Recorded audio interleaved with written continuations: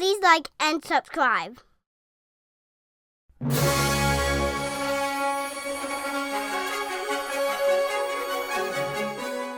During the last episode of the Aldhani arc, Andor's production values impressed me, particularly the visual effects for the eye. The series was filmed in different countries. Practical sets were constructed. Expense has been cited as the main reason for the studio's decision to stop at 2 seasons. Tony Gilroy envisioned more. He was forced to condense and accelerate his plans. Without mass appeal, without a character like Grogu to fuel merchandise sales, Andor, regardless of our warm feelings about it, didn't lead to revenue. Could a loyal audience and critical acclaim ever justify its cost? Well, that is an excellent question, because we don't really know what the actual viewership numbers are, and we don't know what the subscriptions look like. I mean, we hear general terms. We've seen, various reports from financial channels and other things where it's like subscriptions are down, and the monies that are being spent by Lucasfilm versus, return on investment. And this is across all of their projects, not just Andor. But I think it would be very difficult for us to make a determination about value per dollar spent. I can tell you that it didn't hurt Disney as much as Acolyte did. Because Acolyte was 3 times the cost for 3/4 of the episodes, with complete scorched earth devastation to the brand. That one is, you can directly correlate, negative impact dollar per dollar. But Andor is kind of weird because nobody quit over Andor. Right? Nobody said you can go out, you can look at the social media, you can look at all the YouTube channels. The worst thing they would come up with is, oh, it's boring. That was the best critique they could come up with. Nobody was like flipping the table over and unsubscribing and burning it down, and none of that was happening after Andor. Okay, so the feeling in the community of Star Wars fans was that while you might not have gotten a huge return on your investment, it didn't feel like it was a loss of money. It may have been. Again, we don't have any visibility into the actual books when it comes to what the show spent, what it spent it on, and then what the peripheral earnings were based on subscriptions, minutes viewed, and then merchandise sold, whatever. Okay. So the feeling I get is that it didn't do, if it did harm, it did very little harm. My thought is it was probably a net neutral, in the sense that the money that was spent and the critical acclaim that it got, and the strong reception that it received from hardcore traditional Star Wars fans. I don't know, what would you call the people that have been with the franchise since the beginning? I don't know. They like to call us toxic man babies, but that's not the right nomenclature. But those people were immensely satisfied with the product, and I think that what they should view Andor as was Andor the Flex Seal on the crack in the dam of Star Wars, because people were running away from the franchise after the sequel trilogy, Book of Boba Fett, and third season Mando. I think that the fans were starting to run from the brand, and then they gave us Andor, and everybody's like, oh wait, they can still make good Star Wars. I think I might hang around a little longer, and then we got Acolyte. But it's like, I think that the money spent might, if you try and silo it and say specifically, was Andor a moneymaker? Maybe not, but we probably will never know. But what I can confidently say is that based on the atmosphere and the mood of the Star Wars community, it did a whole lot to keep people from abandoning the brand.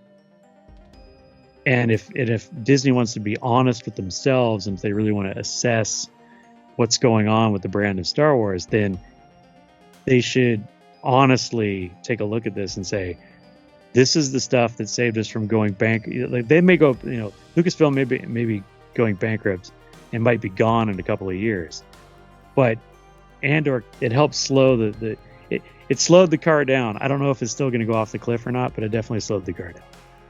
The third chapter of Season 1 was Narkina 5 by way of Ferrix and Neamos.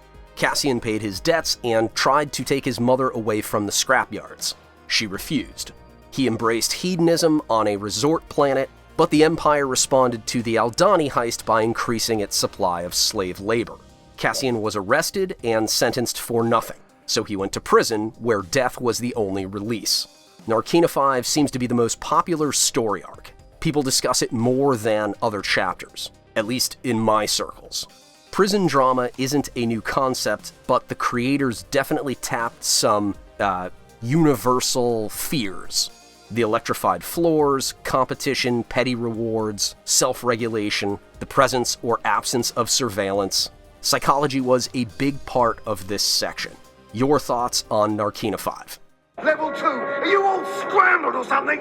It takes a week for one word to get all the way up here, and you're panicking about something that's happening on the other side of the building! Well, it's interesting. It is generally everybody's favorite section or segment of the overall story, and it's the one that is the least Star Wars of the entire thing. It's all the prison psychology and all the things you mentioned, the gamification of incarceration. And it's funny. It's also one of the things where if you cut it out of the entire show, it's not entirely necessary in a way. Like, you can watch the show without going to prison, and the story flows, right? But it's so significant in a lot of ways. One, it gives you, once again, just more layers of evil for the Empire, the gulag, the work camp, all that stuff. As you mentioned, all the hideous ways you can die. In there we see a guy work himself to death.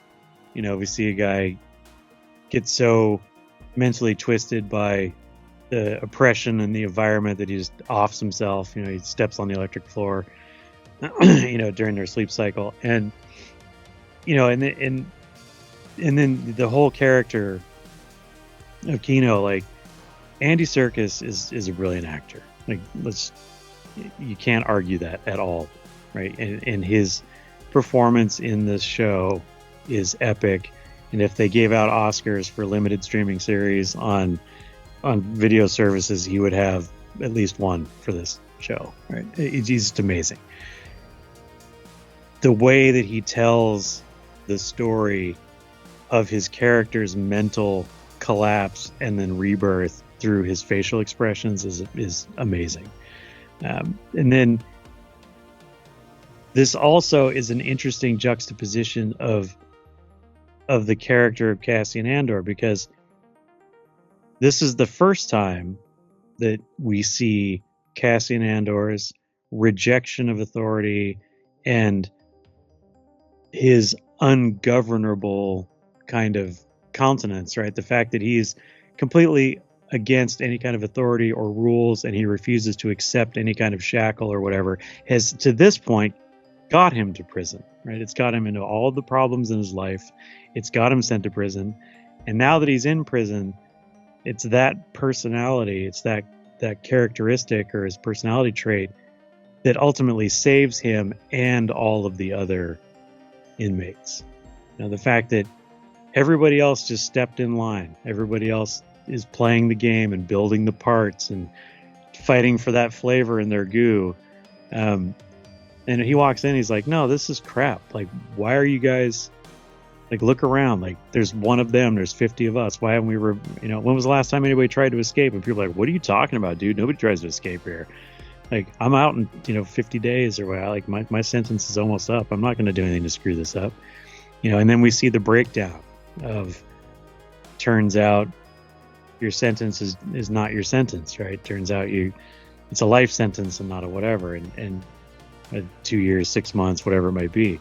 And I also think that it's a nice and interesting kind of play on itself, is that Andor is so anti-establishment and anti-authority that he goes off and does all this stuff that causes all these problems, and then he goes out and he robs the garrison payroll department. And because of that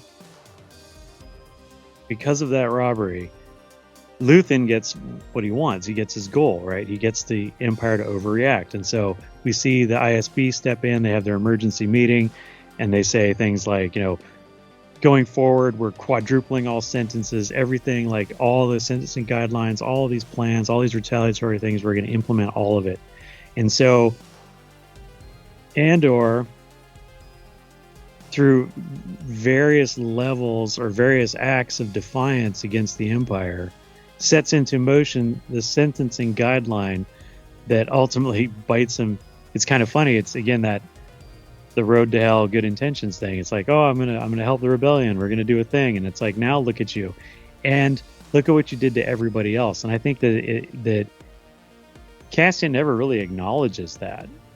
He's still angry about being put in jail for 6 years for something that he should have only been put in jail for 6 months for, which he probably should not have been put in jail at all for. But he never really comes around and says, if this happened to me, this happens to everybody else now who goes to the criminal justice system in the Empire. Like, he never has that awareness. He gets into prison, and oppositional defiant Cassian kicks in, and nobody's to use the line from the episode, nobody's listening, right? Nobody's listening to him because they don't believe him. But once they find out what's going on other floors, and how the Empire handled the information leak by frying an entire floor of the prison, right? People start to listen and believe in what he's saying, and then they're like, okay, you're how are we going to get out of here? Let's work a plan. Let's figure it out. And so this also coincides with Kino Loy's character going from being the best inmate possible, right? He's worked his way up to a position of leadership in the prison, amongst the inmates, right? Being the good inmate to, adopting Andor's defiance, and ultimately he becomes a leader, right, of a rebellion within the rebellion, right? He becomes the leader at this prison. He becomes the voice telling everybody what's going on, encouraging them to climb one way out.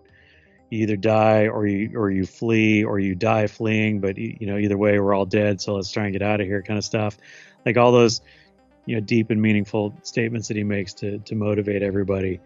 And again, at the end, when he says he can't swim,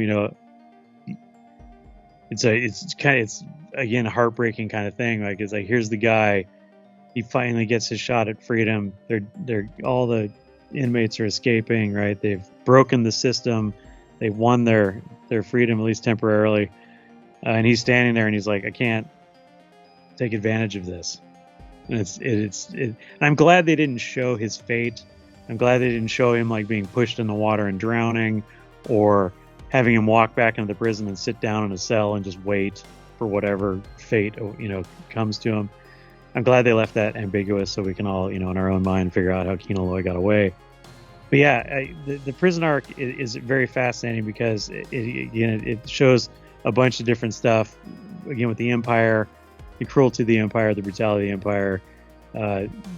Again, more Cassian Andor. His negative traits are now starting to pay off. And then, of course, tons of great acting.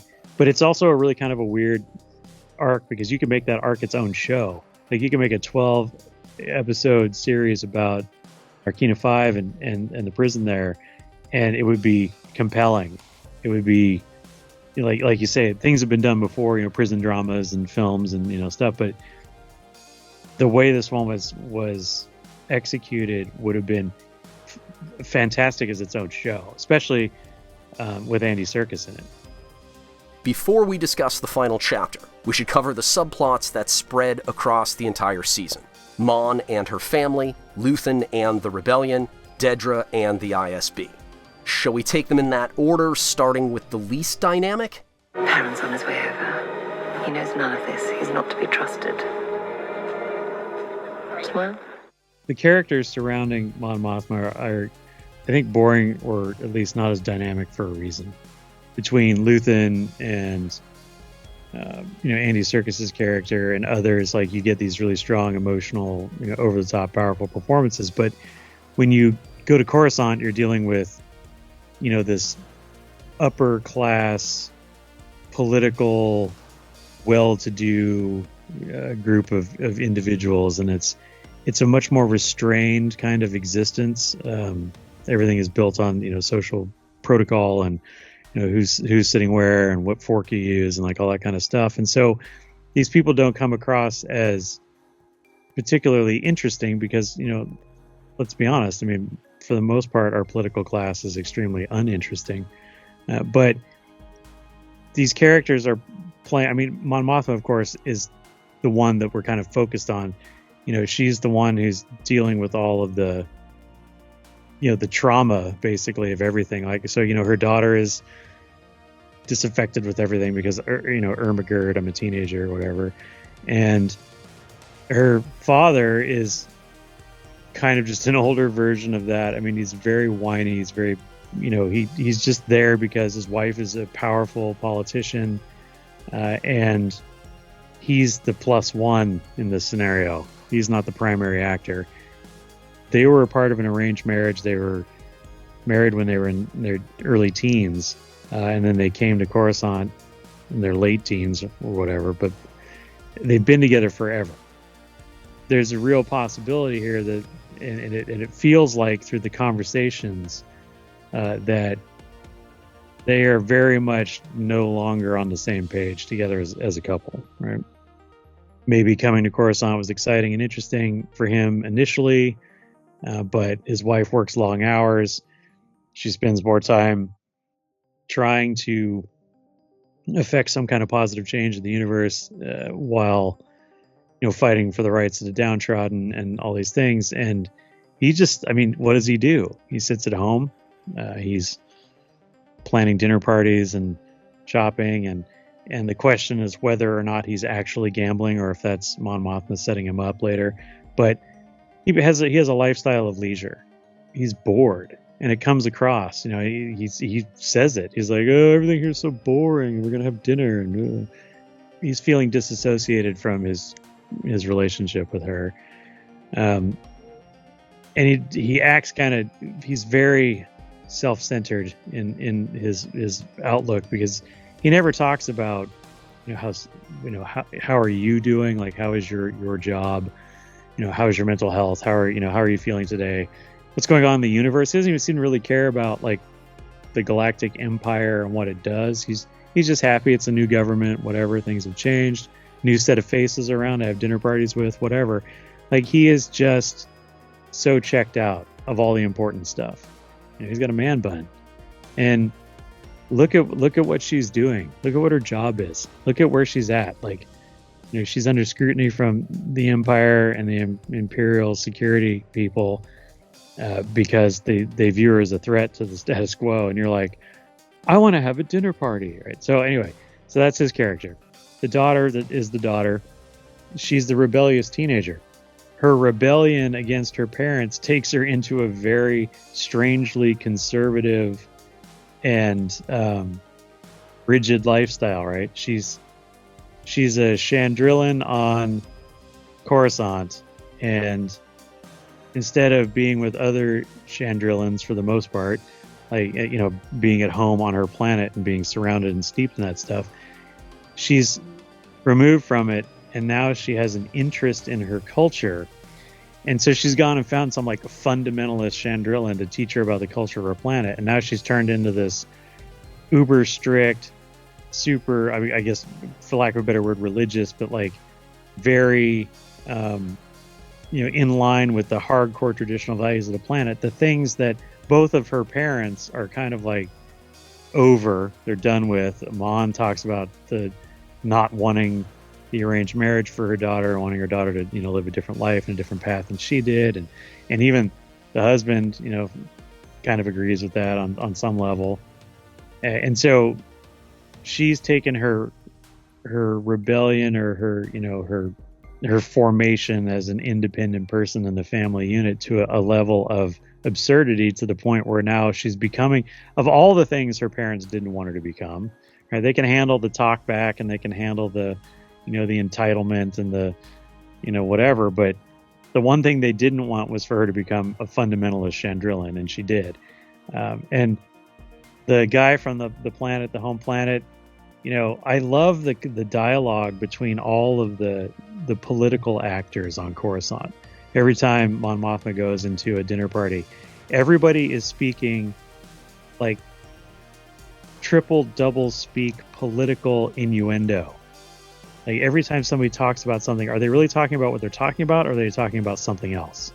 And so there's all this coded language, and it's really awesome. And I think that like when she's walking, her buddy around the party, and she's like, keep smiling, it's like she's dropping stuff on him that's freaking him out, and she's like, don't change, you don't want anybody to notice this, like this is not the place for you to act like I just told you something subversive, so keep smiling, right? It's fantastic. It is political thriller, political intrigue. It's Cold War spy thriller stuff. It's fantastic. And it's also, it shows how her character kind of goes through this arc of not wanting to fully commit, not fully wanting to jump in, until the point where an accounting issue comes up, right? And so her moving all this money around and paying for all these rebellion causes was going easy until the Empire took over, and then they sent the IRS after her, right? The Imperial Revenue Service. And they found this, or she's found this, 400,000 credit hole in her accounts that she can't account for. There's no receipts, and she's facing an audit. And so now she's pushed into this corner. Meantime, she's stopped giving money out. So Luthen's mad, and he's telling her like, look, you're in. And she's like, I'm trying to be in, but I'm also trying to be, circumspect, and I'm trying to cover my tracks. And I'm trying to do this in such a way where we can keep doing this together. And it's interesting. She's committed on one point to the cause, but she's not committed to the point of recklessness. And Luthen is committed to the cause, and he's committed to the point of like, I'm going to burn it all down, and I'm going to stand on top of the flames and dance. And he's willing to take risks and make some very bold sacrifices that she's not willing to do. And she's trying to, they're both playing, again, we talked earlier about everybody's version of what does the end of the rebellion look like, or the end of, the Empire look like vis-a-vis the rebellion.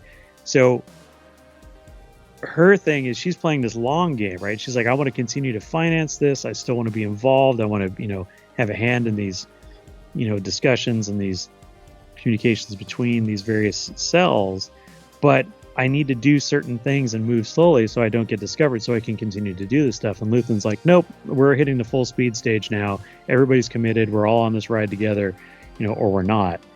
And so then there's that tension when, again, the complexity of these characters, right?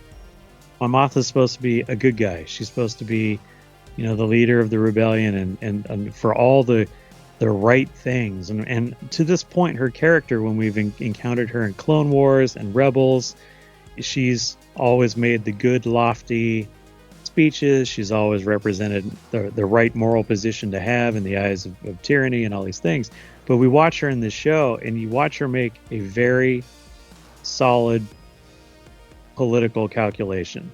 And she looks around, she's like, my husband doesn't love me or care about me. So I'm going to throw him under the bus and say, well, why are you gambling? Where's all of our money going? Why are you gambling? Like, why? I can't believe you're doing this stuff. Go to Canto Bight. Don't do it here. Blah, blah, blah. Right? Because she knows she's being listened to by the ISB. So she's doing a false flag operation on her husband.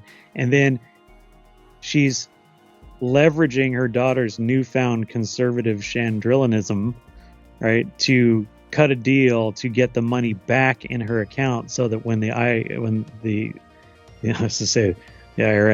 but when the imperial accountants or whatever, when they show up and do an audit on her, there's no problems, right?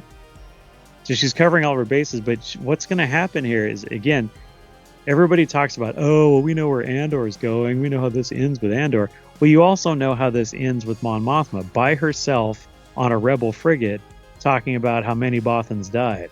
Okay, but I fully anticipate that something bad is going to happen to her husband. He's going to get arrested. He's going to wind up in a gulag. He's going to be in one of these forever prisons or something. And the scary thing about all of this is Mon Mothma is totally okay with it. Right? She's going to sell her husband out, hand him over to the imperial authorities, marry her daughter off to the son of an organized crime family leader, and then she's going to ghost, and she's going to like grab a bunch of her friends and be like, we're going to start a rebellion and I'm out. And that to me stands out about, the development of her character in these scenes, where she is so methodical and so political and in her actions, that by the end of the series, in that last scene when we see her daughter meet, the son of the other guy, you fully see her calculate herself into this position of cold-hearted, 100% committed rebel leader. If you want to talk about, Luthen's character, moving in from that, like Luthen's character is presented to us as, like, Cassian is tortured for different reasons, but Luthen is presented to us as a tortured figure. When he gives his speech about what he sacrificed, you talk about a guy who will never experience all of the normal things in life or the joys of life, because he's committed to this cause, this political violence, and he's supposed to be like this. That's supposed to make him sympathetic, and it does in a way, but who the real tortured characters are the rest of the people in the show who have all of those things. They have normal relationships. They have families and careers and other things like that. And you're watching them either have that stuff torn away from them by the Empire, or you're watching people sacrifice that stuff on the altar of the rebellion in order to move the rebellion towards success against the Empire. And it's like all the other characters are the ones that we should have the great pity for. It's like Luthen's a soldier. He's been a soldier since the beginning, right? He hasn't, unless we find out more about him in season 2, from what we've learned, he really hasn't lost anything. What's worse, missing out or having to hand your significant other over to the Empire to keep your own butt out of jail? Lie about their activities, set them up with false accusations, and then hand them over so you can get away. I think that's a little harder than never having to make that choice. And so it doesn't look like there's a lot going on in the Coruscant arc, but there's some really deep waters there, and it's kind of fun. It's almost manic in a way, watching a bunch of people be so polite to one another and so friendly and cordial and social when they're all angling to put a knife in each other's back and try and survive. So again, I enjoy her character. I enjoy her arc. It's the least action packed, of course, of the whole show, but there's a lot going on there. Galactic Initiative is not authorized or endorsed by Lucasfilm Limited. The name Star Wars and all related materials are registered trademarks of Lucasfilm Limited, a subsidiary of the Walt Disney Company, by rights reserved. Galactic Initiative is a registered trademark, and other product and company names are trademarks of their respective holders. Use does not imply affiliation or endorsement.